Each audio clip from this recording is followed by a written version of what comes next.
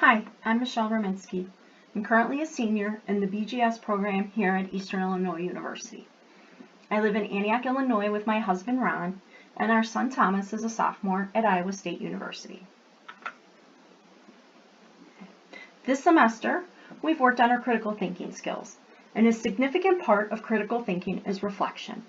As students, in order to be successful, it's a good idea to take some time to consider our strengths and weaknesses. Additionally, as the goal of many students post-graduation is to find employment, it's not a bad idea to think about the qualities we possess that would be an asset to our future employers. By doing this, we can plan and set goals to help us use our strengths to compensate for our weaknesses. And an easy way to do this is by setting SMART goals, but we'll talk about those a little bit later.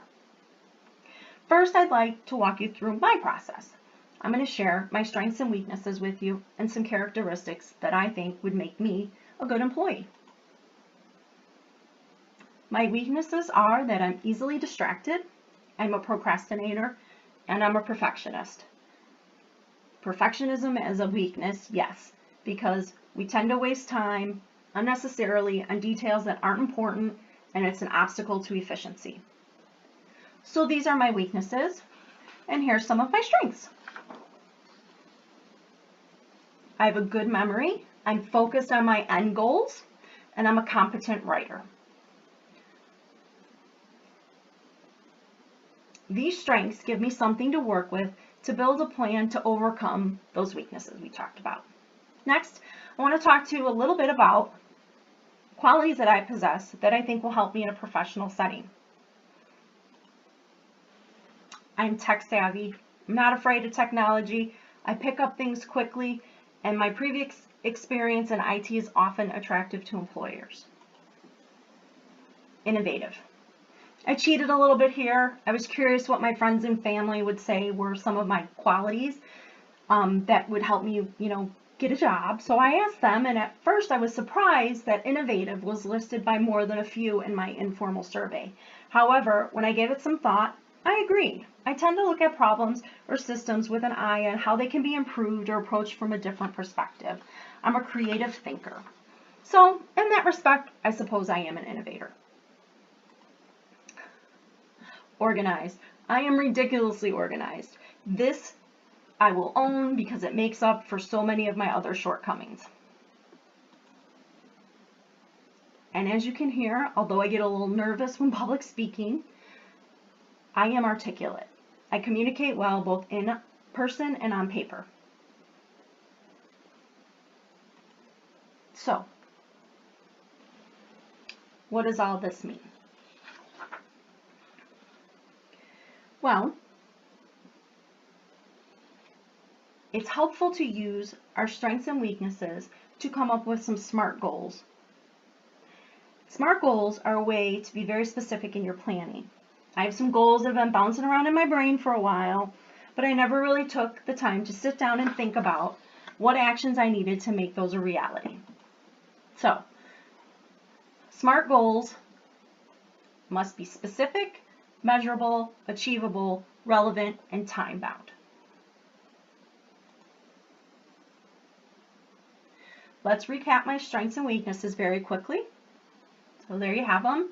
Distracted, procrastinator, perfectionist, organized, good communicator, focused on the end goal, and tech savvy. So, my first goal bouncing around in my head was to finish my degree before my son Thomas. So, in order to do this, I needed to graduate by a specific date to meet my goal. I have to check with my degree audit, fulfill the requirements for the degree.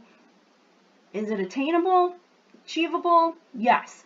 There's a financial sacrifice, and now instead of taking one class at a time, I have to take multiple classes, but it is achievable.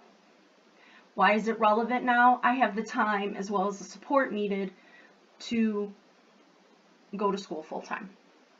And time-bound. Thomas is scheduled to graduate in the spring of 2023. So while my first goal was to finish my degree before Thomas, my SMART goal is to finish my BGS degree before the spring of 2023. My second goal is to start the semester organized and prepared. How am I going to do this? Well, As you can see, I've listed each aspect of the SMART goal. By doing that, I've come up with my SMART goal statement, which is, by the second week of the semester, I will have read all the syllabi, put relevant dates in the calendar, purchased my needed supplies, and compiled a list of exams and projects. Goal 3, prep ahead for each week. That's pretty vague, but using the SMART goal system, I can say, by Monday at noon, my desk will be clean and organized. I will have reviewed the week's assignments and established a prioritized list for completion. And lastly, my goal is to obtain a substitute teacher's license.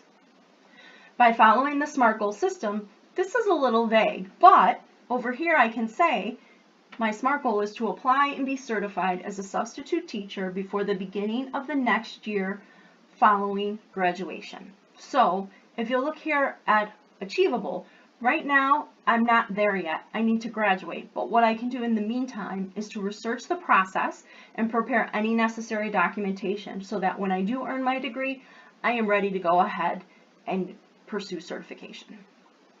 So hopefully now you understand a little bit more about SMART goals and more about me than you probably ever wanted to know, but perhaps you'll be able to sit down and make some goals for yourself. Thank you.